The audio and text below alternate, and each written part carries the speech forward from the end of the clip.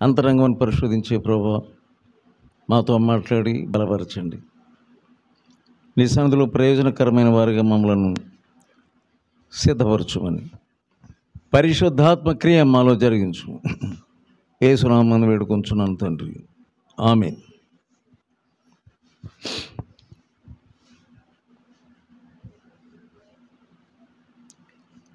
ఇక్కడ క్రైస్తవ సమాజంలో రెండు రకములైనటువంటి వారిని చూస్తున్నాం. ఈ రెండు రకములైనటువంటి వాళ్ళు ఎలా ఉన్నారంటే, మత్తయి సువార్త 21వ అధ్యాయం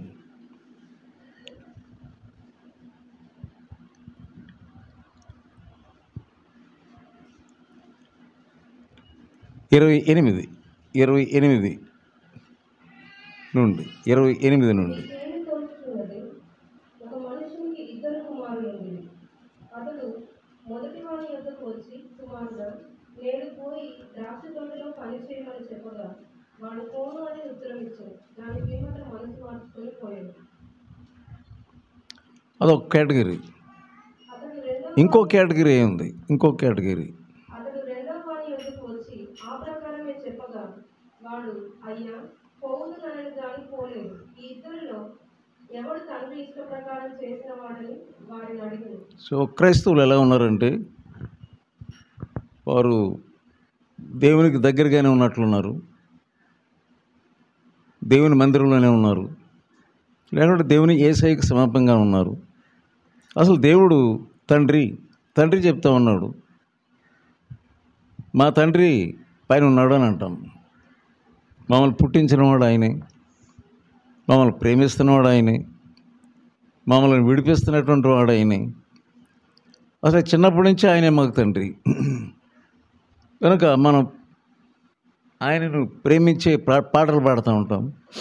అలాగే ఆయన సన్నిధిలోనికి వచ్చి నమ్రత చూపిస్తాం, భయభక్తులతో కూర్చుంటాము, గుడ్ ఫ్రైడే అలా ఆచరిస్తాం, ఇంటింటా ప్రార్థన కూడా పెట్టుకుంటాం.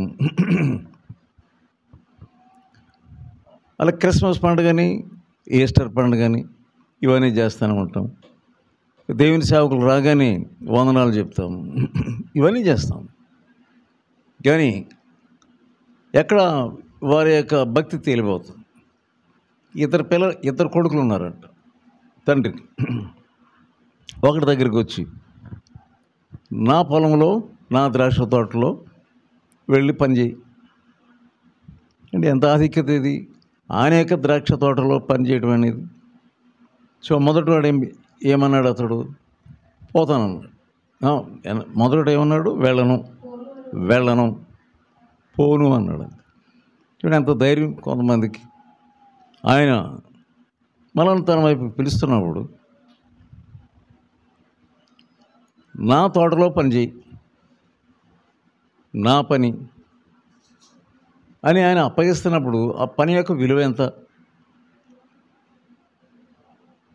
ఆయన అప్పగించేటటువంటి పని అన్ని పనుల కంటే విలువైనది.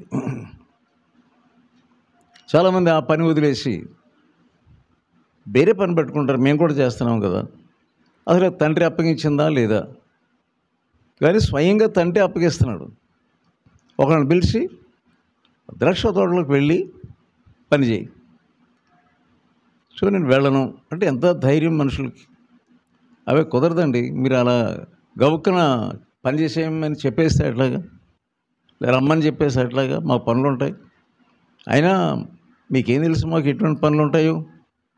మీరు తెలిసి మాట్లాడుతున్నారా, తెలియకుండా మాట్లాడుతున్నారా? నేను వెళ్ళను. ఎంత మనుషులకి దేవుని యొక్క మాట అంటే విలువ లేకుండా ఉంటుంది. దేవుడు అంటే ఎంత తక్కువ స్థాయిలో వారు ఆలోచిస్తూ ఉంటారు, మామూలు వాళ్ళతో మాట్లాడినట్లే. సో అక్కడ ఆ తండ్రి చెప్పిన దానికి విధేయత చూపించకుండా నేను వెళ్ళను. కానీ అక్కడ వాక్యంలో మనం ఇంకేం చూస్తున్నాం, ఆయన ఇంకేం చెప్పాడంటే, వెళ్ళి తలంచుకున్నాడు. చాలామంది బయటికి కఠినంగా ఉన్నట్లుంటారు, నేను వెళ్ళను అంటారు. కానీ అంతరంగంలో లోతైన క్రియ జరుగుతూ ఉంది, లోతైన క్రియ. సో అది ప్రాముఖ్యం. ఈ లోతైన క్రియ జరుగుతుంది కనుక వెంటనే నేను వెళ్ళనన్నాడు. అయినా వీడికి ఎంత గర్వం. ఎవరైనా నేను వెళ్ళను అని అంటే పక్కన్నటువంటి వాళ్ళు చూసారా ఎంత గర్విష్ఠుడో. తండ్రి చెప్తున్నటువంటి మాటకు విధేయత చూపించడం లేదు. పై వాటం చూసి మనుషులు కొంతమంది తీర్పు తీర్చేస్తూ ఉంటారు. వీడు ఇటువంటి వాడు, వాడు ఎటువంటి వాడు, మహా మొండివాడు, చాలా భయంకరమైనటువంటి గర్విష్ఠుడు అని రకరకాలుగా మనం మాట్లాడుతూ ఉంటాం. కానీ ఏమని చూస్తున్నాము, ఇంటికి వెళ్ళి వాడు తలంచుకొని దుఃఖపడతా ఉన్నాడు. ఎందుకు నేను ఇలాగన్నాను, అయినా నేను ఎందుకు అలాగా చెప్పాల్సి వచ్చింది. చాలా చాలా చాలా తప్పు. ఆయన నా దగ్గరకు వచ్చి నా ద్రాక్ష తోటలో పనిచేయాలని నా తండ్రే వచ్చి నాకు చెప్తున్నప్పుడు ఎంత అగౌరవంగా నేను ప్రవర్తించాను. కొంతమంది అప్పటికప్పుడు చాలా గర్వంగా ప్రవర్తిస్తారు. కానీ కొంతసేపు టైం తీసుకొని ఒంటరిగా వెళ్ళినప్పుడు వాళ్ళు కరిగి నేను చాలా చాలా చాలా తప్పు చేశాను, ఇట్లా చేయకుండా ఉండవలసింది. నేను ఇంకా ఎవరికి ఏమీ చెప్పకుండా, మాట చెప్పకుండా కరిగిన హృదయంతో వెళ్ళి పనిచేస్తున్నాడు. నాకు వచ్చేటువంటి ఫోన్ కాల్స్లో చాలా మట్టుకు ఇది, నా భర్త చాలా గట్టిగడండి, అసలు ఎవరు అటువంటి వాళ్ళు ఉంటారో ఉండరు, ఎంత విసిగించేస్తాడంటే అంత విసిగించేస్తాడు. ఏది కూడా సరైనటువంటి పని ఉండదు. డబ్బులు ఏమైనాయంటే చెప్పడు, అతను చెప్పింది నేను వినాలంటాడు. ఎట్లాగ నేను భరించాలి ఇవన్నీ. సో వెంటనే వాళ్ళే ముందు తీర్పు తీర్చేస్తాను. ఇటువంటి వాడు తీర్పు తీర్చేస్తాను. ఇటువంటి భార్యలతో నేను చెప్తానండి, కంగారు పడకు, దేర్ ఈజ్ హోప్. ఏమీ కంగారు పడకు. బైబిల్ దేవుని దగ్గరికి వచ్చినప్పుడు మనకి హోప్ అనేది ఉన్నది. అంటే హోప్ అంటే ఏంటి? నిరీక్షణ ఉంది. ఎంత కఠినమైన వాడినైనా, కఠినవాడు అయినా అతడు మారడానికి అవకాశం ఉంది. మనం అనుకున్నదే జరుగుతుందని ఏమీ లేదు. చంపేస్తానంటాడు, బాబు ఇలా అంటున్నాడు అంటే అలాగా ఒక్కొక్కసారి భయంకరంగా మాట్లాడేటువంటి వారు అంతరంగంలో మనకు తెలియనటువంటి ఏముంటుందంటే వాళ్ళల్లో మెత్తనతనం ఉంటుంది. బయటికి కఠినంగా ఉంటారు, బయటికి ఢీమ్ అని మాట్లాడుతూ ఉంటారు, కానీ అంతరంగంలో కరుదల ఉంటుంది. అటువంటి వాళ్ళు కొంత ఛాన్స్ ఇస్తాడు దేవుడు. ఈ ఛాన్స్ ఉన్నది. బైబిల్ చదివితే నీవు ఏ మూలలో ఏ భాగంలో చదివినా ఎలాగ మనుషులను దేవుని ఆత్మ మారుస్తున్నాడు, దేవుని ఆత్మ పనిచేసినప్పుడు ఎటువంటి వాడైనా ఒప్పించినప్పుడు మారుతాడు అంతే. కొంతకాలం క్రితం ఏదో వాసన వస్తుంది కన్నా, ఏదో కాలిన వాసన వస్తుందా?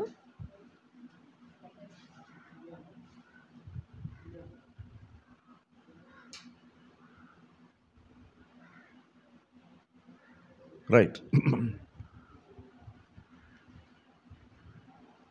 కొంతకాలం క్రితం ఒక అమ్మాయి చాలా కఠినమైపోయింది. ఆమెకు పెళ్ళి అయిపోయింది. ఏదన్నా మన సహోదరులు ఏదైనా చెప్తే దానికి సరైన రెస్పాన్స్ అవ్వదు. ఇక నాకు దేవుడి గురించి మాట్లాడొద్దని అంటూ ఉంటారు. నాకు వీలు కాదు, నాకు పిల్లలు వచ్చారు. ఎంత ప్రయత్నం చేసి ఫోన్ చేద్దాం అనుకున్నా ఒక్కోసారి స్విచ్ ఆఫ్ చేసేస్తుంది. ఏం మాట్లాడు. కానీ అకస్మాత్తుగా మొన్న హౌస్ వాట్ మీటింగ్ పెట్టినప్పుడు ఆమె తన పిల్లలతో ప్రత్యక్షమైంది. అది ఎలాగ సంప్రదించేదంటే, ఇక మీరు నాకు దీంతో సంబంధం లేదు, మీరు నన్ను మాటికి విసిగించకండి అన్నట్లుగా మాట్లాడేది. లేకుండా అసలు ఫోన్ చేసినా కానీ ఎత్తేది కాదు, ఫోన్ నెంబర్ మార్చేసాడు. కానీ మనం మీటింగ్ చేసినప్పుడు మొన్న జరిగిన మీటింగ్లో ఆమె వచ్చి ఏమేమి జరిగించాలో ఏమేమి పనులు ఉన్నాయో టక టక టక టక చేసేసి, మనం ఏమనుకుంటామంటే ఒక ఆమె యొక్క కఠినత్వం, ఒక మనిషి యొక్క కఠినత్వం చూసి ఇంక అయిపోయింది వీడి పని, చాలా చాలా చాలా కష్టం అని అనుకుంటాం మనం. కానీ వాళ్ళు ఏం తలంచుకుంటారో, దేవుడు ఎలా పనిచేస్తాడో, ఏ రీతిగా పనిచేస్తాడో మనకేం తెలీదు. నాకు ఆశ్చర్యం వేస్తుంది. ఇక మనం అడగకుండానే పనులన్నీ చేసేస్తారు. ఇంకేమైనా పని ఉందా అని అడుగుతూ ఉంటాం. ఇదేమిటిది? లోపల జరుగుతూ ఉంది, కానీ వాళ్ళు బయటికి మాత్రం వ్యక్తీకరించడం అనేటువంటిది ఒక కఠినంగా ఉండవచ్చు. సో దేవుడు చాలామందిని ఇలాగా దీర్ఘశాంతంతో కనిపెడతా ఉన్నాడు. మనము తీసుకున్న నిర్ణయంగా ఆయన తీసుకోడు. మానవుడు పై రూపం చూస్తాడు, కానీ యేసయ్య అయితే అంతరంగం చూస్తాడు. ఆయన సో అంతరంగంలో ఏమీ కరుగుదల జరుగుతుందో, అంతరంగంలో ఏ రీతిగా మెత్తనతనం అనేది ప్రాసెస్ జరుగుతుందో మనకు తెలియదు. యేసయ్య చెప్పిన మాటల్లో లూకా సువార్త 6వ అధ్యాయంలో ఏమనంటే, ఎవరిని గురించి మీరు నిరుత్సాహపడకండి. 6వ అధ్యాయంలో, లూకా 6వ అధ్యాయంలో ఎవరిని గురించి కూడా మీరు నిరుత్సాహపడవద్దు. 35వ వచనం. చాలాసార్లు నిరాశ వచ్చేస్తుంది మనకు. ఏమిటి వ్యక్తి అసలు ఏమి గ్రహించడు, ఎంత చెప్పినా ఇంతే, ఎన్ని పాఠాల్లో నేర్పించాలి అని మనం అనుకుంటాం. ఒకేసారి వాళ్ళు చెప్పే మాటలను చూసి నేను పోను, అయినా నాకు పనులు ఉన్నాయో సంగతి నీకు తెలియదా, గబుక్కుని వచ్చామంటాడు. అంతే. వచ్చేయమంటే వచ్చేయడమేనా అలా అన్నాడు. కానీ కొంతమంది ఏమంటారు, ఈ అనడం ఇటువంటి వాడిని మొండి వాడిని పిలవకూడదు. అంత గర్వమా? నేను పోనంటే అసలు తన అర్థం ఏంటి? ఎంత చక్కగా నమ్రతగా అలా కాదండి, ఇలా కాదండి అని చక్కగా చెప్పుకోవాలి. నేను రాను అన్నాడు అని మనం ఏం చేస్తామంటే వెంటనే మనం మారిపోయి ఇంకొకసారి ఇతనికి నేను పని చెప్తానా చూడు, అసలు నేను పని ఉన్నా కానీ చెప్పను, అసలు ఇంక కూలోళ్ళైనా పెట్టుకుని చేసుకుంటాను, కానీ ఇంకొకసారి ఇతనితో నేను ఈ పని చేయబోయని నేను అడిగేది లేదు అసలు. ఆయన అంత గర్వం సమాధానం ఏంటి అని మనం అనుకుంటాం. కానీ కొంతకాలం అయిన తర్వాత ఏం జరుగుతుందో అప్పుడు మనం ఏమనుకుంటాం, అరే నేను తప్పు అర్థం చేసుకున్నాను. ఈ లోపల అంటే బైబిల్లో ఏముందంటే, నీవు మారడానికి సమయం ఉంది, నీవు తగ్గించుకోవడానికి సమయం ఉంది, నీవు తిరిగి ఆలోచించడానికి సమయం ఉంది. కానీ పాలిటిక్స్లో, సమాజంలో దీనిని ఒక్కసారి అంగీకరించడం, మొన్న ఏమన్నావు అని మొదలు పెడతారు. అక్కడే స్టార్ట్ అయిపోతుంది. మనం నువ్వేమన్నావు, పోనన్నావు, మళ్ళీ ఎందుకు వచ్చావు, ఇలా ఉంటుంది. ఏది? ప్రకృతి సంబంధమైన మనిషి. నువ్వు మొన్న చెప్పిందని మర్చిపోయాను, ఎంత మూర్ఖుడిగా నువ్వు సమాధానం చెప్పాను అని మొదలు పెడతాను. సో ఇది ప్రకృతి సంబంధమైన యుద్ధం ఇది. కానీ మనము దేవుని స్థానంలో ఉండి మనం ఆలోచిస్తే, దేవుని స్థానంలో ఉండి మనం ఆయన పేరేంటి? చెప్పండి, ఆయన పేరేంటి? సరే, మన పట్ల ఎంత దీర్ఘశాంతుడు. ఎన్నిసార్లు మనం వాక్యం అనగానే ప్రభా ఈసారి క్షమించండి ప్రభా, ఈసారి వదిలేయండి ప్రభా అని మనం ఎన్నోసార్లు బతిమాలుకుంటాం. కన్నీరు కార్చి మళ్ళీ అదే పరిమాణ పని అదే చేస్తాం. అలాగా నువ్వు ఎన్నిసార్లు చేసుకుంటావు, ఎన్నిసార్లు చేస్తాం.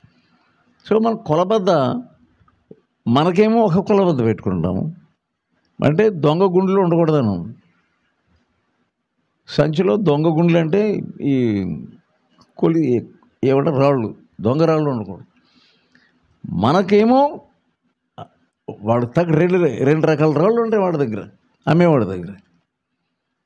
వాడు తీసుకునేటప్పుడేమో వేరే రాయి పెడతాడు, అదే 1/4 కిలో రాయో లేకపోతే కిలో రాయో అదే వేరు పెడతాడు. అమ్మేటప్పుడు వేరే రాయి పెడతాడు. తక్కువ అమ్మ ఇచ్చేస్తాడు. వాడేళ్ళు కొనుక్కునేటప్పుడు రాయి ఇది కరెక్ట్ రాయో లేకుంటే ఇంకా యువతల వాళ్ళకి ఎక్కువ వచ్చినట్టు పెట్టుకుంటాడు. సో మనం కూడా క్రైస్తవ భక్తులు అలాగే చేస్తూ ఉంటాం. మన వరకు వచ్చినప్పుడు ఆయన ఎంత దీర్ఘశాంతుడిగా ఉండాలో అంత దీర్ఘశాంతుడిగా ఉండాలని ప్రార్థన చేసుకుంటాం. అయ్యా ఒకసారి క్షమించండి, ఏదో అలాగే అయిపోయిందండి, అనుకోకుండా అయిపోయిందండి, నేను అటువంటి వాడిని కాదండి. ఎన్నిసార్లు నేను దీర్ఘశాంతుడిగా ఉంటున్నాడు, ప్రతిసారి కూడా నీకు దీర్ఘశాంతిగా, ప్రతిరోజు దీర్ఘశాంతుడిగా ఉంటున్నాడు. కానీ ఇతరులను మనం మాట్లాడేటప్పుడు మాత్రం అది వారికి దీర్ఘశాంతం చూపించము.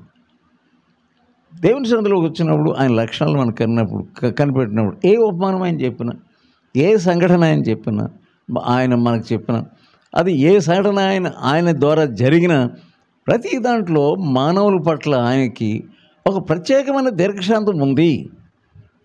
ఆఫ్కోర్స్ డెడ్ లైన్ ఉంటుంది, కనిపెడతాడు ఒకేసారి వేసేస్తాడు. అంతే. దీర్ఘశాంతం అనేది నీ జీవితాంతం అలాగే వస్తానే పోతుంది అనుకుంటాం. దేవుని దగ్గరకు వచ్చి మనం మాట్లాడుకున్నప్పుడు సో మనం ఏం ప్రార్థన చేసుకుంటామంటే, ఇక నుంచి నేను నీకు లోపడతాను ప్రభు. సో పాట ఏం పాడుకుంటాము, ఇక్కడేమో వాక్యం వినగానే పాట ఏం పాట ఉంటుందంటే, అయితే దేవుని ద్రాక్ష తోటలో మనం పని చేయాలి, ఇది కోతకు సమయం. ఏమైనా పాట పాడతాం మనం, ఇది కోతకు సమయం పనివారి తరుణం, అది మాత్రం పాడేస్తాం. మరి నీ తరుణం వచ్చిందని గ్రహించుకోకుండా సరే ఎవరైతే వస్తారో రండి ద్రాక్ష తోటలో ఏంటంటే ఇప్పుడు కాదండి అంటాం. పాడిందేమో కోతకు సమయం అంటాం, చిరునగములతో మేము చిందింతూ రక్తమని పాడేస్తాం. అంటే ఎన్ని అబద్ధాలు ప్రార్థనలో చేస్తున్నావు, ఎన్ని అబద్ధాలు నువ్వు పాటల్లో పాడేస్తున్నావు నువ్వు. ఇవన్నీ ఆయన వినడా? సగం అబద్ధం కూడా అబద్ధమైన సంగతి నీకు తెలీదా? అబద్ధములు మాట్లాడేవాడును అబద్ధములు జరిగించేవాడు. అబద్ధములు మాట్లాడు చిన్న చిన్న మాటల్లో నువ్వు తేలిపోతున్నావు. పలానా టైంకి వస్తానంటావు, ఆ టైంకి రావు. సో పలానా టైంకి నేను వస్తానన్నాను కానీ నేను రాకపోయాను అని అది కూడా చెప్పం మనం. ఎంత తేలిగ్గా మనం ఎంచుతున్నాం మనం దేవుని యొక్క సన్నిధిలో. కానీ నువ్వు దేవుని సన్నిధిలోకి వెళ్ళి ప్రార్థన చేసుకున్నప్పుడు దేవుడు నీతో సరిగానే మాట్లాడతాడు. ఆయన ప్రతి విషయంలో ఆయన నిన్ను సంప్రదిస్తున్నాడు. ఆదివారంలో వస్తున్నావు, ఎన్నో అబద్ధాలు నీ నోట్లోంచి తొలిపోతావు. నీ ప్రార్థనలోనేంటి, నీ ఆరాధనలోనేంటి, నీవే రాజు, నిన్నే ప్రేమిస్తున్నావు మనం ఎంతో పాట పాడుతూ ఉంటాం. ఇవన్నీ ఇక్కడే మ్యూజిక్ వాయించేవాళ్ళు వాళ్ళ యొక్క మ్యూజిక్ కొరకు, వాళ్ళు సంగీతం కొరకు వాళ్ళు వాయిస్తారంతే. హృదయపూర్వకంగా అంటే వాళ్ళు నిజంగా ఆత్మపూర్వకంగా కాదు అదంతా. సో మనం క్రైస్తవులమైనటువంటి మనం నిజంగానే దేవుని సన్నిధిలో నువ్వు అట్లాడే వాళ్ళగా మనం కనబడతాం. ఏమాత్రం కూడా దేవుని సన్నిధిలో గమనించలేనటువంటి వారంగా ఉంటున్నాం. పౌలు ఉన్నాడు. పౌలు ఒకప్పుడు కఠినాత్ముడే, యేసును దూషించినవాడు. యేసు అంటే ఎవడు? ఇది ఎక్కడి నుంచి వచ్చాడు? మనం యెహోవాని ఆరాధించేటటువంటి వాళ్ళం కనుక మనం అందరం కూడా జాగ్రత్తగా ఉండాలి. ఎవరైతే యేసు అన్నారో వాళ్ళని పట్టుకుపోయి ఈడ్చేసి సమాజ మందిరంలో తీసుకుని వెళ్ళటం, జైల్లో వేసేయటం, స్త్రీలను సైతం లాక్కొని వెళ్ళిపోవడం. యేసు అంటే బహు మూర్ఖంగా ప్రవర్తించేటటువంటి. కానీ అకస్మాత్ అతడు గుర్రం మీద వెళ్తా ఉన్నాడు, చాలా గర్విష్ఠగా మెడసాజిగా వెళ్తా ఉన్నాడు. అకస్మాత్ అతనికి దేవుని యొక్క వెలుగు తాకిందండి. క్రింద బోర్లంగా పడ్డాడండి. స్వరం వింటున్నాడు. ఏమని స్వరం వింటున్నాడు? సౌలా సౌలా, నన్ను ఎలా హింసిస్తున్నావు, నువ్వు ఎవడో ప్రభు అంటున్నాడు. నీవు హింసిస్తున్నా యేసును. క్రింద పడ్డాడంతే. సోదరుడా, నువ్వు ఒకవేళ ఇంకా గర్వంగా నా ఇష్టం వచ్చిన గర్వంగా వెళ్తానులే అనుకుంటున్నావేమో. నీ గుర్రం నుంచి నేను కింద పడేస్తాను. ఎవరు వాక్యం వింటున్నావు? ఎంతకాలం ప్రభువుని నీవు లోపలికి చేర్చుకోకుండా ఉంటావు? ఎంతకాలం నీ ప్రభు తెలిసి ఉండి ఈ ప్రభువుని తెలుసుకోకుండా ఉంటావు? ఒకవేళ నువ్వు అకస్మాత్తుగా నీకు ఏమి తెలియకుండా ముందుకెళ్తే నిన్ను రక్షించడానికి ముందుకు వస్తాడు ఆయన. కానీ వెర్రవేగి ముందుకు నాకంటే ఎవడో గడికడు లేడని ముందుకెళ్ళకు. అటువంటి వాణిని దేవుడు ఏ రీతికి మార్చేశాడు. మొదటి తిమోతికి రాసిన మొదటి పత్రికలో అతడు ఏమంటున్నాడు చూడండి. ఏమంటున్నాడు? 1వ అధ్యాయం 12వ వచనం. 1వ అధ్యాయం 12వ వచనం. మొదటి తిమోతి. పూర్వమున నేను దోషకుడను, హింసకుడను, హానికరుడనైన నన్ను తన పరిచర్యకు హానికరుడను, నేను హింసకుడను, దోషకుడను.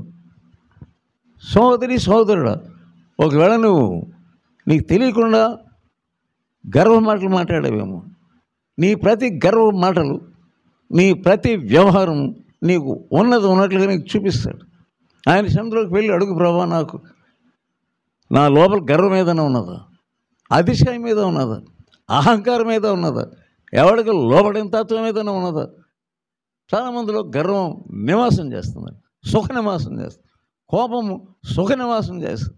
వెంటనే ఆమె చూసావా, ఆమె అసలు బుద్ధి ఉందా? అసలు ఆమె పెద్దదే కానీ అసలు బుద్ధి లేదు. అసలే ఎలా ఉండాలో ఆమెకు తెలియదు.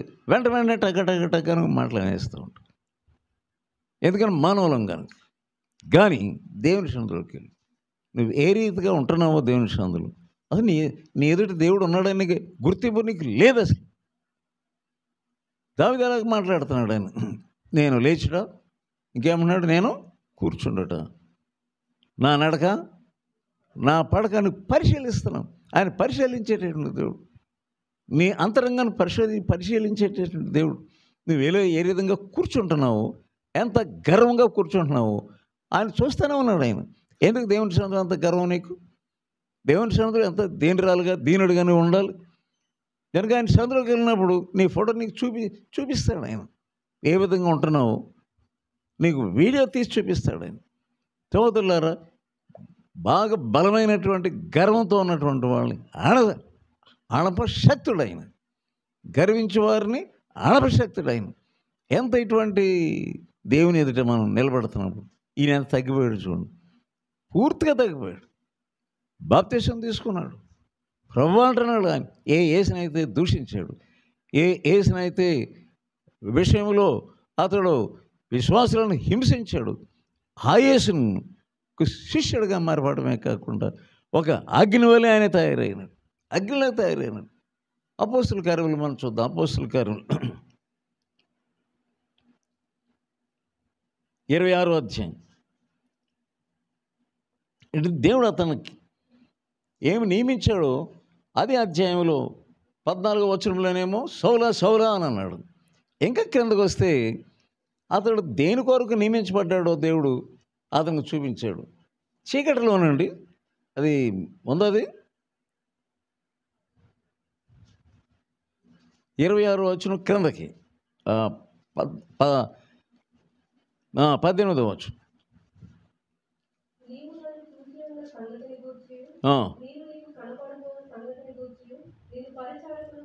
నిన్ను పరిచారకుడుగాను, అది ఎటువంటి క్రూరాత్మని, ఎంతమంది హింసకుడు, దోషకుడు, భయంకరమైన వాడు దేవుడు అతనికి చూపించాడు. అతడు ఏం చేయబోతున్నాడు దేవుడు. సో మనుషులను గబుక్కను చూసి మనం ఏదో అనుకోవద్దు. అతని కొరకు ప్రార్థన చేసినటువంటి వాడు స్తెఫను ఉన్నాడు. అతని యొక్క ప్రార్థన, అతని యొక్క ఆకారం, వ్యవహారం, అతను మాట్లాడిన మాటలు, సాక్ష్యంతో కూడినటువంటి మాటలు ఈ సౌలు యొక్క గుండెలను కరిగించి వేసినాను. అది ఆలోచించుకుంటున్నాడు, అరే వీరి యొక్క పాపమును వీరి మీద మోపకము, అది పనిచేస్తుంది అతనిలో. ఇదేమిటిది, మేము ఇంత భక్తిని నేను వెంబడిస్తాను అనుకున్నాను, కానీ వీరి యొక్క పాపమును వీరిపై మోపకము, అది ఫినిష్. గుండె పగిలిపోయింది. అది ఎక్కడైనా వినలేదు. మనుషుల్ని మీద పడి లాక్కొని వెళ్ళిపోయి, వీధిలో లాక్కొని వెళ్ళిపోయి సంఘమును హింసిస్తూ ఉన్నటువంటి వాడు. సో ఎటువంటి వారిని గురించి నేను నిరుత్సాహపడని అవసరం లేదు. ఎటువంటి వారినైనా ఆయన మార్చగలిగినటువంటి సమర్థుడు. పైగా అతనిని ఒక పరిచారకుడిగానే చేసి పడేశాడు. ఇంకేముంది? పరిచారకుడుగాను, సాక్షినిగాను సాక్షిగాను. నియమించుటకై కనబడి ఉన్నాను. ఆ, నీవు లేచి నీ పాదములు మోపి నిలువుము. అదే నేను ఈ ప్రజల వలన అన్యజనుల వలన హాని కలగకుండా నేను కాపాడేదను. ఆయన కాపాడేటటువంటి ఒక కాపరి కిందకి వెళ్ళిపోతున్నాడు. అతను నేనంటే నేనే అని తిరుగుతున్నటువంటి వాడు ఇప్పుడు దేవుని యొక్క కాపరి కిందకి అతడు వెళ్ళిపోయాడు. వారు చీకటిలో నుండి వెలుగులోనికి, సాతాను అధికారం నుండి దేవుని వైపు సాతాను యొక్క అధికారం నుండి దేవుని వైపుకు తిరగడానికి నిన్ను నేను నియమిస్తున్నాను. అంతే. ఎంత శక్తి ఇచ్చాడు చూడు అతనికి. సో ఎలాగైనా మార్చగలడు ఆయన. మన మనుషులను వాడు భయంకరుడు, ఈమె భయంకరాలు అని అనుకుంటాం. కానీ నేను పోను అన్నటువంటి వాడు కొడుకు వెళ్ళి ఆ దినమంతా పనిచేశాడు. ఏమి చేయబోతున్నారో తెలియదు. ఏదో ఆరంభమే మనం చూస్తాం, ఇలా అనేశాడు అని అంటాం. కానీ అతడు ఏమి చేస్తాడో, తిరిగి అతన్ని దేవుడు ఎలా వాడుకుంటాడో, ఏమి జరగబోతుందో మనకంతా తెలియదు. అందుకని ఏముంటుందంటే, మీరు తీర్పు తీర్చకుడి, మీరు తీర్పు తీర్చకుడి. ఏ దినం వరకు, ఆఖరి దినం వరకు కూడా తీర్పు తీర్చకుడి.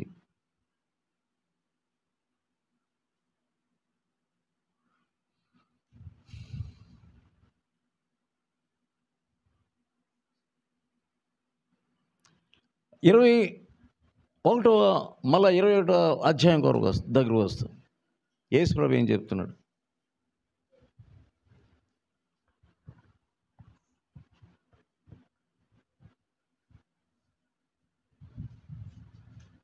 ఇరవై 21వ అధ్యాయం 31వ వచనం యేసయ్య ఏమంటున్నాడు?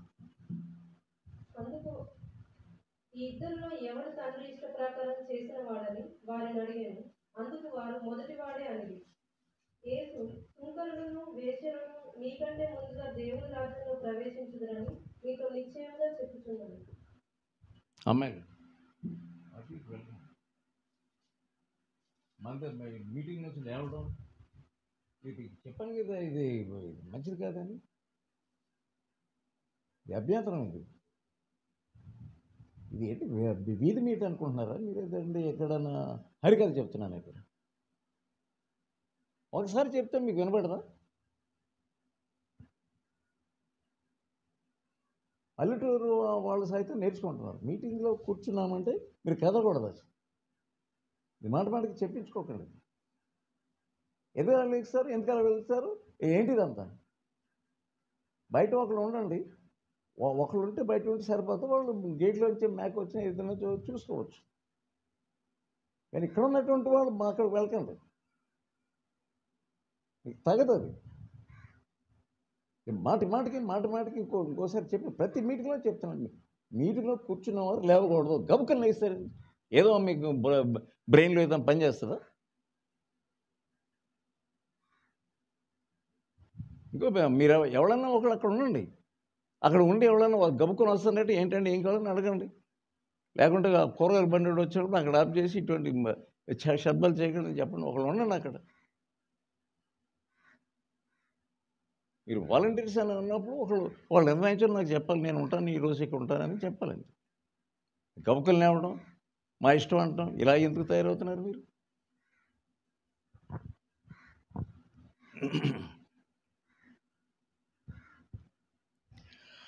వేశ్యలను ఏమన్నాడు చెప్పండి? హార్లెట్స్, వేశ్యలను, సుంకరులను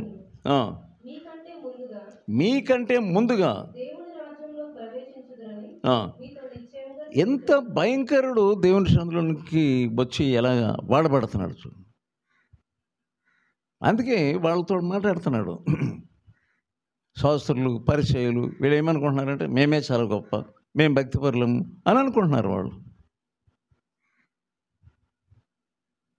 కానీ వాళ్ళతో ఏమంటున్నాడు? మీకంటే వేషల ముందుకు వెళ్తారు. వాళ్ళ యొక్క వేషధారణను చూపిస్తున్నాడు. ఇతడు పశ్చాత్తాపడ్డాడు. సో వీళ్ళకి పశ్చాత్తాపం లేదు, ఈ యూదులకు పశ్చాత్తాపం లేదు.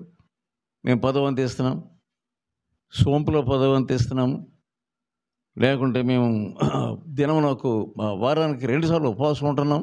ఇవి చూస్తున్నారు అంతే వాళ్ళు. కానీ అంతరంగం ఎలా పనిచేస్తుంది అది చూడడం లేదు. యేసయ్య ఎప్పుడు కూడా అంతరంగం గురించి మాట్లాడుతూ ఉంటాడు. సో వేశ్యలు ఒకప్పుడు వేశ్యే, కానీ మీకు తెలీదు ఆమె ఎంత పశ్చాత్తాపడుతుందో అనే సంగతి మనకు తెలియదు.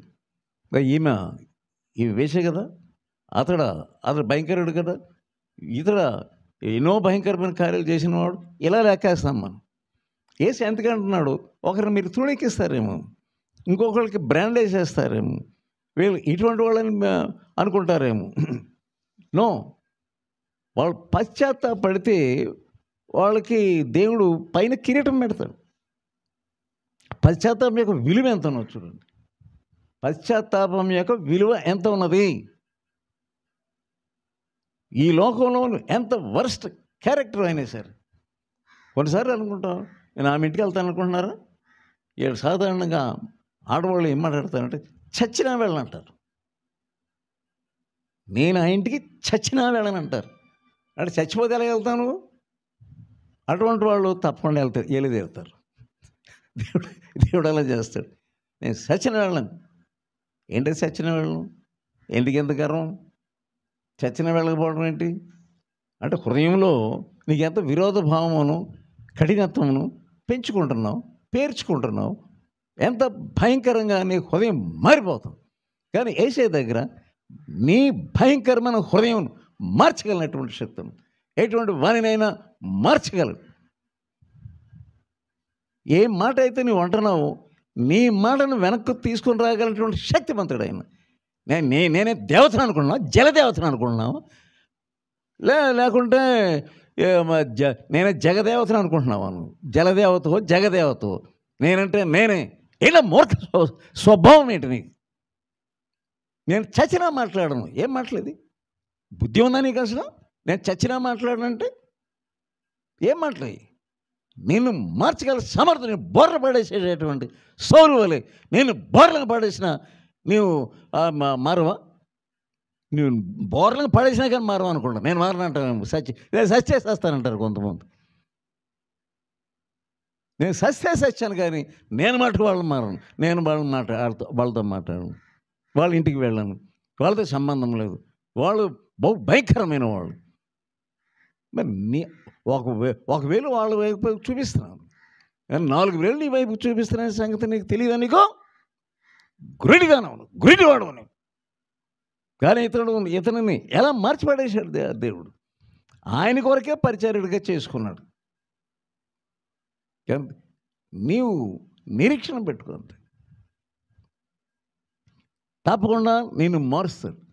ఆ మొదటివాడు నేను చేయను అనే మూర్ఖుడు తనతోనే దేవుని ఆత్మ పనిచేసినప్పుడు పని చేయించాడు దేవుడు. దేవుని దగ్గర నువ్వు గెలవలేవు, దేవునిని ఎదిరించలేవు. ముని కోలలకు ఎదురుతున్న నీవు అన్నాడు అంతే. ముని కోళ్ళ నాగలు దున్నుతున్నప్పుడు ఆ ముందు భాగం చాలా కోసగా ఉంటుంది. దాన్ని తను చూడ ఎలా ఉంటుందో. మరి అన్నాడు నువ్వు నీ కాలు ఎత్తకుండా చేయగలదాన్ని నాగలి. అంత మొండితనం ఎందుకు? ఆ మొండితనం అనేది అది ఒక దేవత, మొండి దేవత. దాని నుండి నువ్వు విడుదల పొందగలవు. ఈ మొదటివాడు ఎలా లోబడ్డాడు, నీవు లోబడగలవు. దేవుని సన్నిధిలోకి వెళ్ళి నేను గలను, దేవుడు నన్ను మార్చగలడు అని వెళ్ళంతే. దేవుడు తప్పకుండా నేను మార్చగలడు. దేవునితో మాట్లాడుతున్నాడు. ఒకవేళ ప్రభా నేను లోబడలేకపోతున్నాను, ఎంత చెప్పినా నేను లోబడలేకపోతున్నాను అని అంటావేమో. దేవుని సన్నిధిలోకి వెళ్ళు. ఇదిగో ప్రభు, ఆ కొడుకును మార్చినటువంటి దేవుడు, నేను పోను అన్నటువంటి వాడిని ఆడు మారాడు. నేను కూడా ఆ మొదటి కొడుకుని అనుకో, మొదటి కూతురుని అనుకో. నిజమే, నేను మొదటి కూతురు ఫస్ట్ ఎప్పటి నుంచో ఉన్నాను, కానీ ఇంకా మొండితనం నాలో పోవట్లేదు. మొండితనం చూపించినప్పటికీ అతనిలో కలిగినటువంటి ఆ మార్పు నాలో దయచి. ఎప్పటి నుంచో ఉంటాను కదా, నేనున్నా అది దాంట్లో స్వభావంలోనే ఉంటాను, నేను మారను. అందరూ ఏమనుకుంటారు మారితే నా సిగ్గు కదా, ఎంతవరకు ఇలా బిహేవ్ చేసి ఇప్పుడు గబుక్కుని మారానంటే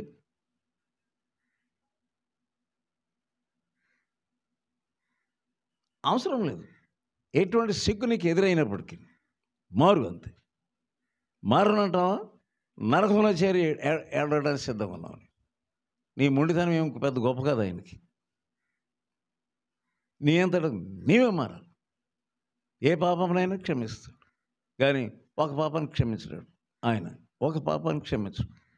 ఏ పాపం అంటే, ఏ పాపం అయితే నువ్వు ఒప్పుకోవు, నేను తప్పు చేశాను ప్రభువా, నా మొండితనం తీసేయి, మెత్తన చేయి, ఆయన వాక్యం చదువుకో, నేను మీ మీద నా ఆత్మను కృమ్మరిస్తాను అన్నాడు ఆయన. రాతి గుండెని తీసివేసి మాంసపు గుండె నీకు ఇస్తాను. సోదరు, మాంసపు గుండె అనుగ్రహించబడింది. నేను పోను అనేటువంటి వాడు వెళ్ళాడండి. నేను ఫలానా ఊరిని వెళ్ళను అంటారు కొంత. ఏ ఊరిని వెళ్తాను కానీ ఆ ఊరు వెళ్ళను బాబాయ్, ఆ ఊరు వెళ్తే నాకు మంచిగా ఉండదు, నాకు మంచిగా ఉండే ఊరే వెళ్తాను. అది తప్పు. అన్ని రకములుగా దేవుని ఆత్మకు నేను లోపడతాను. ప్రభు నువ్వేం చెప్తే నేను అది లోపడతాను అని ప్రభుకు చెప్పు, తప్పకుండా నీకు సహాయం చేస్తాడు.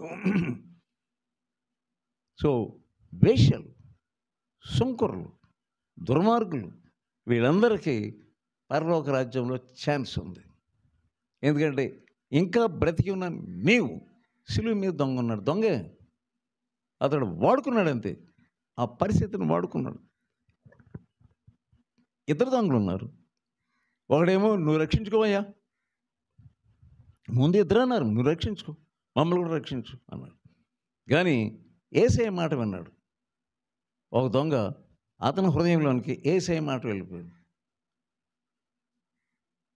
వీరేం చేస్తున్నారు వీరికి తెలియదు కనుక వీరిని క్షమించు. దేవుని యొక్క మాటలు వింటుంటే, ఇలాగ నీవు దేవుని యొక్క వాక్యం వింటుంటే నీ హృదయం కరిగిపోతుంది. అంత బండ హృదయం కరిగిపోయింది. ఆ దొంగ యొక్క బండ హృదయం కరిగిపోయింది. నీ హృదయం కూడా కరగాలి. ఆమె అలా చేసింది కనుక ఇంకొకసారి నేను పాడను. అసలు ఆమె ఎందుకు అలా చేయాలి? ఆమెకు అసలు ఏమైనా బుద్ధి ఉందా అసలే? అంత పెద్దదై ఉండి అనుకుంటున్నావు నువ్వు. కానీ నీ హృదయాన్ని మార్చగలడు. దేవుని దగ్గరికి వెళ్ళు, ప్రభువా నాకు మొండి హృదయం వస్తుంది, నాలో బండ హృదయం మార్చు. ఎటువంటి పరిస్థితి నేను ఎదుర్కొన్నా కానీ, ఎటువంటి పరిస్థితుల్లోనైనా నేను మెత్తని హృదయం నాకు దయచి, కఠినమైన హృదయం నాలోంచి తీసి, ఎవరి పట్ల నీకు కఠినమైన హృదయం వస్తుందో వారి గురించి నువ్వు ముందు ప్రార్థన చేయి. సో ఇంత బండ హృదయం కలిగినటువంటి వీరిద్దరు సిలువ వేయబడినప్పుడు ఒకడు మారుతున్నాడు. యేసు మాట అతను మార్చేసింది. యేసు మాట మార్చేసింది అంతే. ఈయనకి అధికారం ఉంది, క్షమించడానికి అధికారం ఉంది, రక్షించడానికి అధికారం ఉన్నది అని వెంటనే తెలుసుకున్నాడు అంతే. యేసు నీ రాజ్యంతో పాటు నీవు వచ్చినప్పుడు ఏమంటున్నాడు? నన్ను చిన్న మాట అతను పరలోకానికి తీసుకెళ్తుంది. చిన్న మాట అతను పరలోకానికి తీసుకెళ్తుంది. నువ్వు ఏ మాటతో దేవుని యొక్క హృదయాన్ని నువ్వు కరిగించగలవు, ఆ మాట నీకు ఇస్తాడు. షార్ట్ వర్డ్ అంతే. దయచేసి నన్ను జ్ఞాపకం చేసుకోవాలంటే పశ్చాత్తాపడడానికి 2 రోజులు ఉపవాసం ఉండడానికి టైం ఏం లేదు. అక్కడ బాప్తిసం తీసుకోవడానికి ఏ టైం లేదు. నన్ను యేసు అన్నాడంతే, అయిపోయింది. యేసు ఆ ఒక్క మాటలోనే ఎంత శక్తి పనిచేసి, ఎంత దేవుని యొక్క హృదయం కరిగించేసే మాట మాట్లాడాడు. ఒక దొంగ, ఒక కఠినాత్ముడు, ఒక బండ మనిషి. ఆ శిలువ మీద ఉన్న దొంగ కంటే కఠినాత్మురాలు. శిలువ మీద దొంగ కొంచెం తక్కువగా మొండి అనుకుంటాను. నీ మొండి మీద కొంతమంది మొండితనం ఎంత ఉంటుందండి. శిలువ మీద దొంగ అన్నా ఓడిపోతాడు ఎదురు. అంత సూపర్ రేటు. మొండియేస్ట్ అనమాట లాస్ట్. సో దేవుని దగ్గర, ప్రభా ఈ మొండియేస్ట్ హృదయాన్ని నువ్వు ఎలా మారుస్తావు? నేను మార్చుకోలేను, నాకు చేత కాదు అని బోర్లంగా పడి ఒక రాత్రి అంతా ప్రార్థించి, అలాగే బోర్లంగానే ఉండాలి. లేవకు, తెల్లారు లేచాడు, అది మారిపోద్ది. అప్పుడు కూడా మారదంటావా? ఏం చెప్తావంటే, ప్రభా ఇదిగో బెత్తం నీకే ఇస్తున్నాను, నువ్వు ఎన్ని దెబ్బలు కొడతావు కొట్టు, అప్పుడైనా మారుతాను నేను. మానవుని హృదయం అది ఎంత ఘోరమైన ఏంటంటే హృదయం మోసకరమైనది. ఇంకేముంది అది ఘోరమైన, ఆ ఘోరమైన వ్యాధి మొండితనం. చాలామంది ఆడవాళ్ళు మొండితనం అది పరిపాలన చేస్తుంది. అంతే పరిపాలన. ఏమనుకుంటారో అది జరగాలి. వెళ్ళాలి అని వెళ్ళిపోవాలి, రావాలి అంటే వచ్చేయాలి, కూర్చోవాలంటే కూర్చుంటారు. ఒక ఆమె నువ్వు ఏమంటుందంటే, అయ్యగారు మీరు నన్ను కూర్చో అంటున్నారు కదా, నేను యాక్చువల్ కూర్చున్నాను కానీ మనసులో నేను నిలబడతాను తెలిసిన మీకు. మీరు సిట్టు స్టాండ్ అంటే వస్తున్నాను, నేను కూర్చున్నప్పుడల్లా కూర్చుంటున్నాను కానీ లోపల తస్సది వీడికి కూర్చోవాలంట, నిలబడాలంట. నేను కూర్చోను అని కూర్చుంటాను కానీ నిలబడుతుందంట మనసులో. ఆడవాళ్ళు అంటే మనకు ఆడవాళ్ళు అంటే ఇటువంటి వాళ్ళ. ఒక ఆమెని కూర్చుంది, నేను కుర్చీలో కూర్చున్నాను, డీల్ చేస్తున్నాను. ఓ అమ్మాయి నువ్వు మధ్యలో కూర్చో. మధ్యలో కూర్చోదే, ఇటు కదలదే, ప్రార్థన కొరకే కూర్చోంది. ఆ చేపలో ఒక చేప ఉంది, అంటే డిజైన్, నిజమైన చేప అని కాదు, చేప డిజైన్ ఉంది. ఆ చేప డిజైన్లో కూర్చోమ్మని అంటున్నాను నేను. ఈ మొండితనం అసలు ఎంత ఉందో చూద్దంటే, ఎంత బతిమాలినా గంట బతిమాలి సరే కూర్చోలేదు, అలాగే ఉన్నది అంతే. మళ్ళీ అప్పుడు అనుకున్నాం ఆడవాళ్ళు మొండితనం ఇంత ఉంటుందన్నమాట.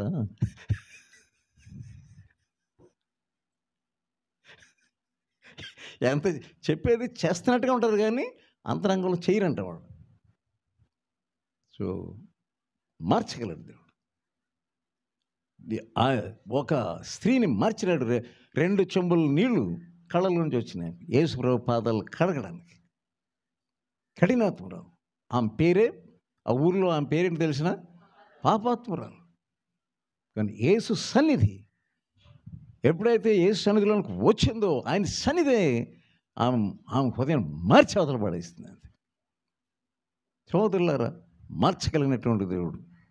పౌలు ఒక అగ్నితో వాడబడినట్లుగా వాడబడ్డాడు. ఆయన అగ్నితో వాడబడినట్లుగా వాడబడ్డాడు. సోదరులారా, ఆయన చేయి సమర్థుడు. సో నేడే ఏమన్నాడంటే యేసయ్య ఆ దొంగతో, నేడే నాతో పాటు నీవు పరదేశంలో ఉందువు అంతే. ఇక్కడ మనం రెండో కేటగిరీ చూద్దాం. రెండో కేటగిరీ ఇందాక చదివినట్టు భాగంలోనే రెండో కేటగిరీ 21వ అధ్యాయం. రెండవ వాని యొద్దకు వచ్చి ఆ ప్రకారమే చెప్పగా వారు, అయ్యా నేను వెళ్తాను అన్నాడు. ఇదొక రకం, దేవుని సేవలో ఇదొక రకం. అయ్యారండి వెళ్తాను, చేస్తావా? చేస్తాను. రేపు నేను తప్పకుండా ఊరికి వెళ్ళొచ్చి పలానా తీసుకొచ్చేస్తా, తప్పకుండా చేస్తాను. అయ్యగారు మీరు చెప్పినప్పుడు చెప్పకుండా ఎలా ఉంటాయి, ఎవరు చెప్పకుండా ఉంటాయి, చేయకుండా ఉంటారండి. అసలు మీరంటేనే మాకు తండ్రి వంటి వారు, మీరు ఎంత గొప్పవారు, మీరు ఇంత బలంగా వాడబడుతున్నటువంటి వారు ముందు మేము కానని ఎలా చెప్పగలను అంటారు. ఆ వెళ్తున్నప్పుడే అనుకుంటారు ఏడిసాడు, వెళ్ళిపోవాలంట. ఎవడు వెళ్తాడు? చేస్తానంటే నేను చేస్తానంట. ఆ గడప దాటగానే చేయమన్నప్పుడు చేశాను. రేపు అన్నాడు కదా, రేపు మాత్రం వెళ్ళను, వెళ్తాను. ఇదొక రకం. అమ్మ అక్కడ ఆ పని చేయి, నేను వచ్చినప్పటికి ఇవన్నీ మాయం చేసేసారంటాడు. ఆయన చెప్పాడు కనుక నేను చేయను. ఎన్ని మొండి శిష్యులు ఉంటారు, ఎన్ని రకరకములైన మొండి శిష్యులు. చేస్తావా? నేను సరే 3 రోజులు నేను కోటలకు వెళ్తాను, వచ్చే లోపల ఇవన్నీ మాయం చేస్తాను. అది మీరు చెప్తే నేను చేయకుండా ఎలా ఉంటానండి? అసలు మీరు ఎందుకంటున్నారు అట్లాగా అనుమానిస్తున్నారు? వచ్చేవాడికి ఎక్కడో అక్కడ ఉంటాయి. ఎందుకు మనసులో ఏముంటుందంటే మీరు చెప్పారు నేను చేయను అంతే. ఇదొక సిద్ధాంతం. బ్యానర్ రాసుకోవాలి. ఏంటి బ్యానరు? మీరు చెప్పారు కనుక నేను చేయను.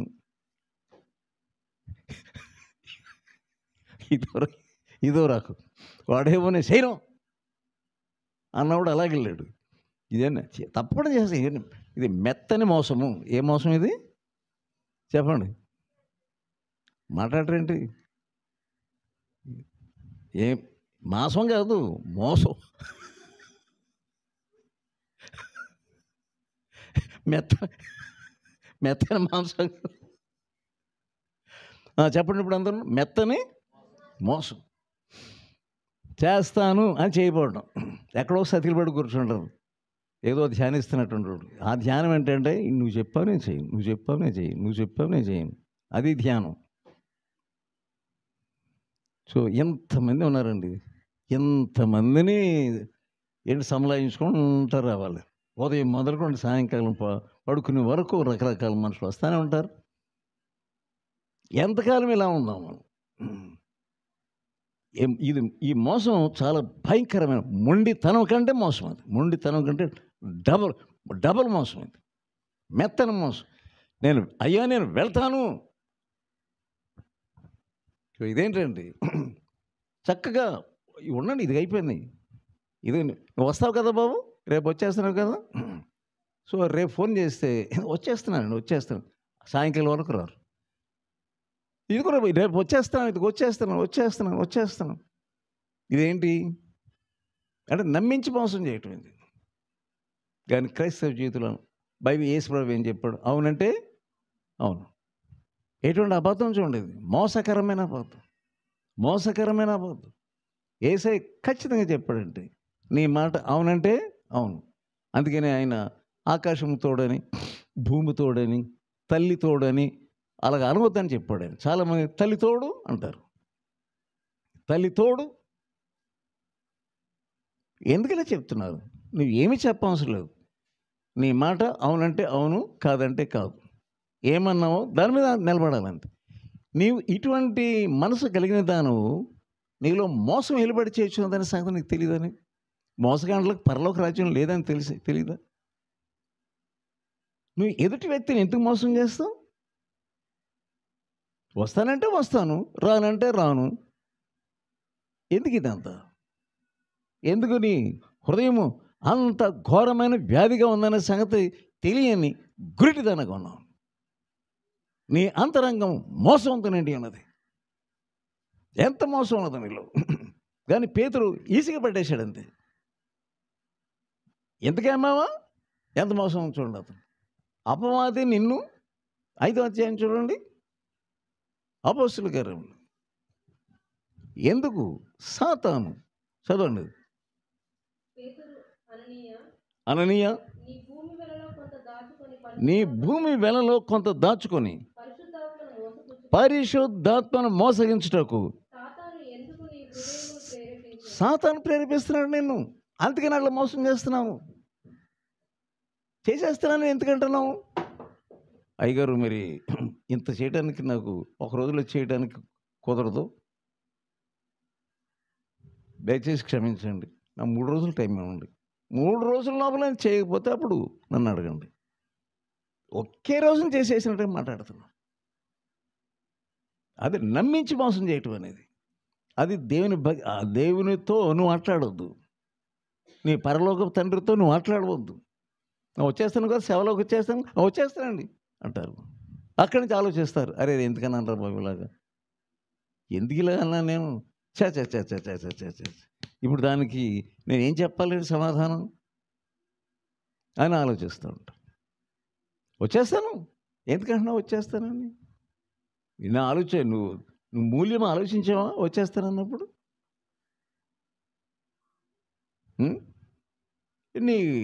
నీ కడుతున్నటువంటి ఇల్లు ఎలాగ ఉంది? ఇసుక మీద కడుతున్నావు. రెండోసారి వెనక ఆలోచిస్తున్నావు.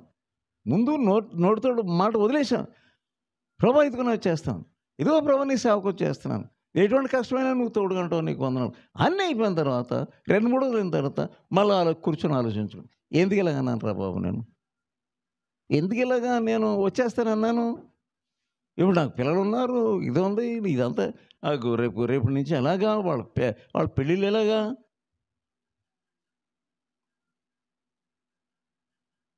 ఎందుకు వక్రమైన మనసు నీలో పనిచేస్తుంది? ఎన్ని ఆలోచనలు పనిచేస్తున్నాయి నీలో?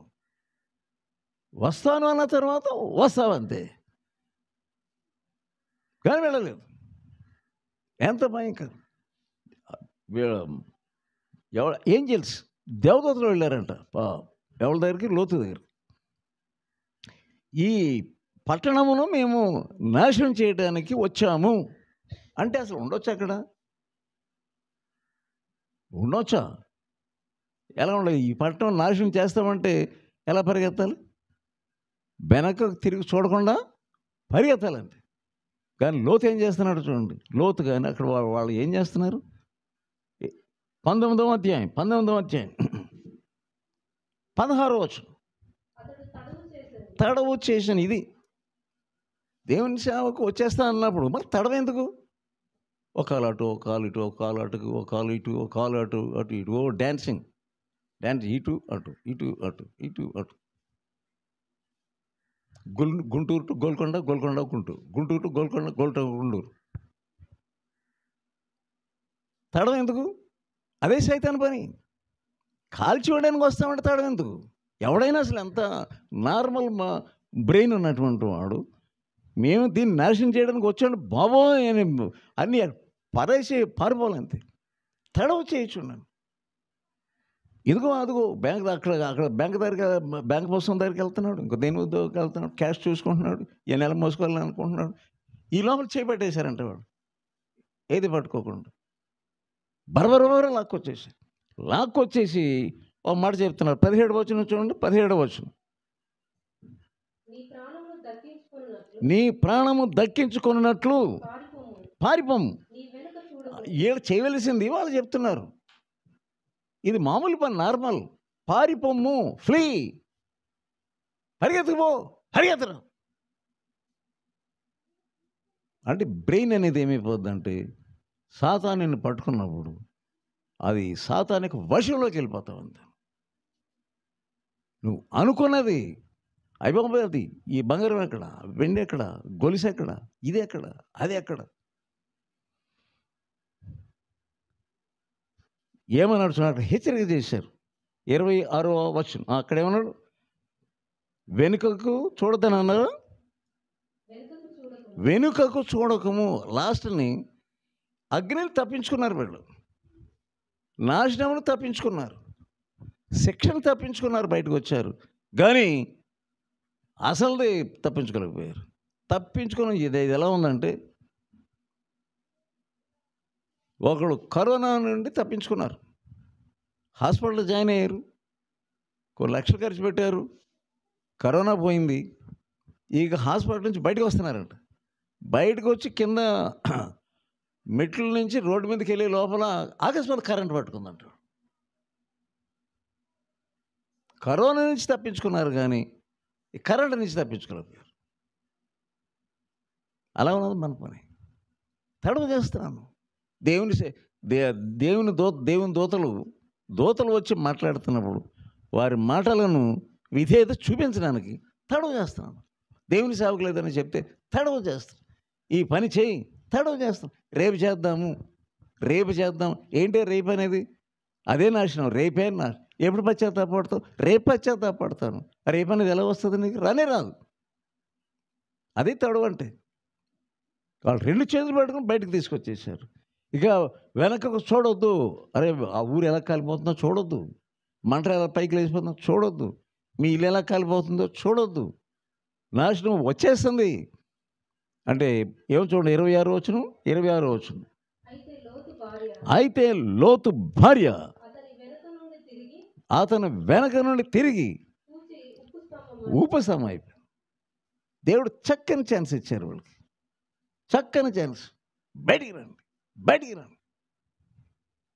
ఇద్దరు అవిధేయత చూపించారండి. అదిగో పైన అక్కడికి వెళ్ళిపో, ఆ శిఖరంకి వెళ్ళిపో, ఆ కొండ మీద పారిపో అంటే లేదు, ఇక్కడ గుహలో ఉంటాం మేము. ప్రతి దానికి ఏదో చెప్తాను, ప్రతి దానికి నువ్వు కన్సెషన్ అడుగుతూ ఉంటావు. అబ్బాయి ఎలా కాదు ప్రభువా, అబ్బాయి ఇలా కాదు ప్రభువా, నువ్వు సజెషన్ ఇస్తావు దేవునికి. దేవుడు ఏం చెప్తున్నాడు అది కష్టమే, కఠినమే, దానికి విధేయత చూపించు. వీళ్ళు బయటకు వచ్చారు, మంటలను తప్పించుకున్నారు, అగ్నిగంధకులు తప్పించుకున్నారు. ఎందుకు తప్పించుకున్నారు? ఈ శిల అవడానిక, ఉపశమనం అవడానిక? ఈ సమయంలో దేవుడు మోషేని మోషేతో ఏం చెప్పాడంటే, వీళ్ళు మాటికి మోషేకి విరోధంగా మాట్లాడుతున్నారంట. తాపకరమైన సర్పలు పంపించాడంతే. వాళ్ళు కరుస్తుంటే చచ్చిపోతున్నారు మనుషులు. అప్పుడు మోషే జాలి కలిగి ఏం చేశాడంటే, దేవుడు చెప్పాడు, ఒక ఎత్తడి స్తంభాన్ని పెట్టు, సర్పాన్ని నిలబెట్టు.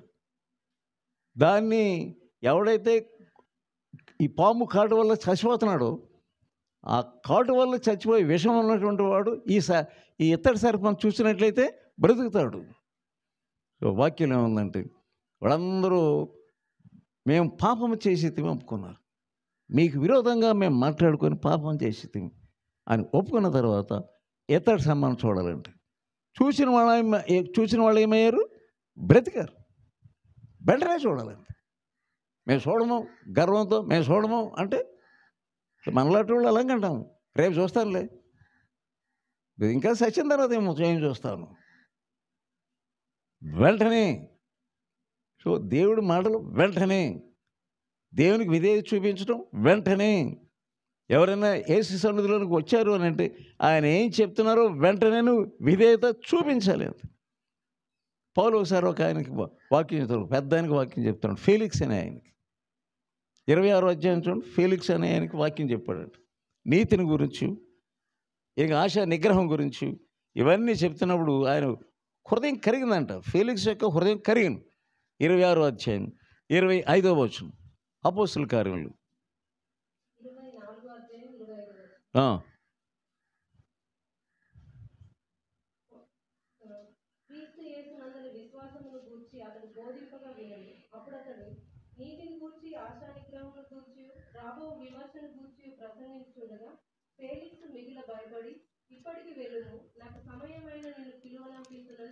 ఇప్పటికి వెళ్ళుము, నాకు సమయమైన నిన్ను పిలిపింతును. అంతే, ఇప్పటికి వెళ్ళుము, నాకు సమయమైన నిన్ను పిలిపింతును. అంతే.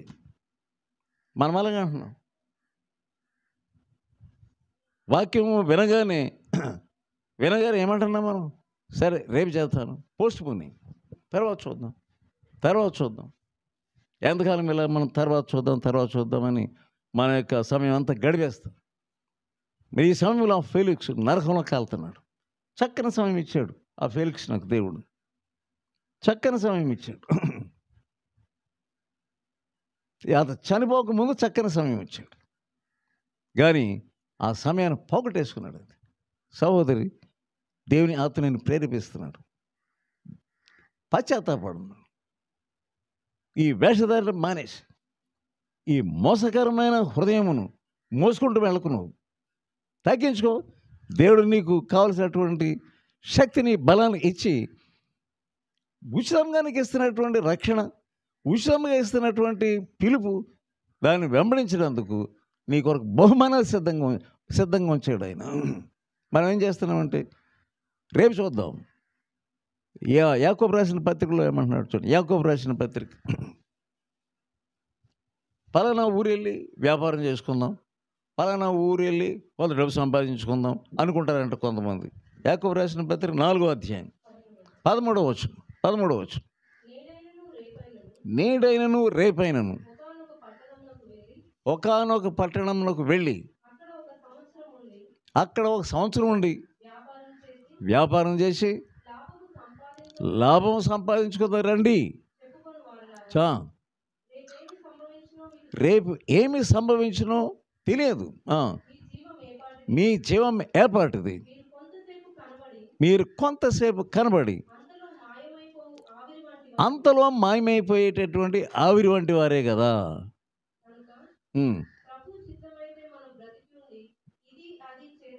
ప్రభు చిత్తం అని చెప్పరు.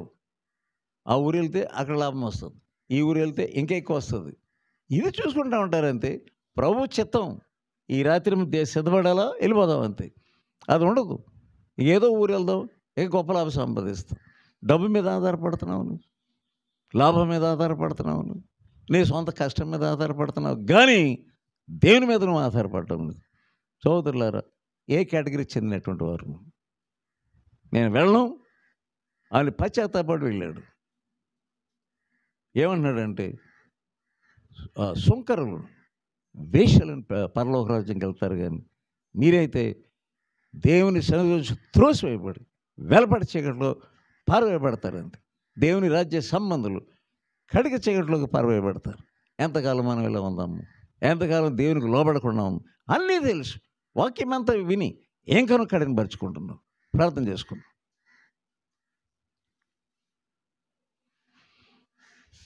ప్రార్థన చేసుకో.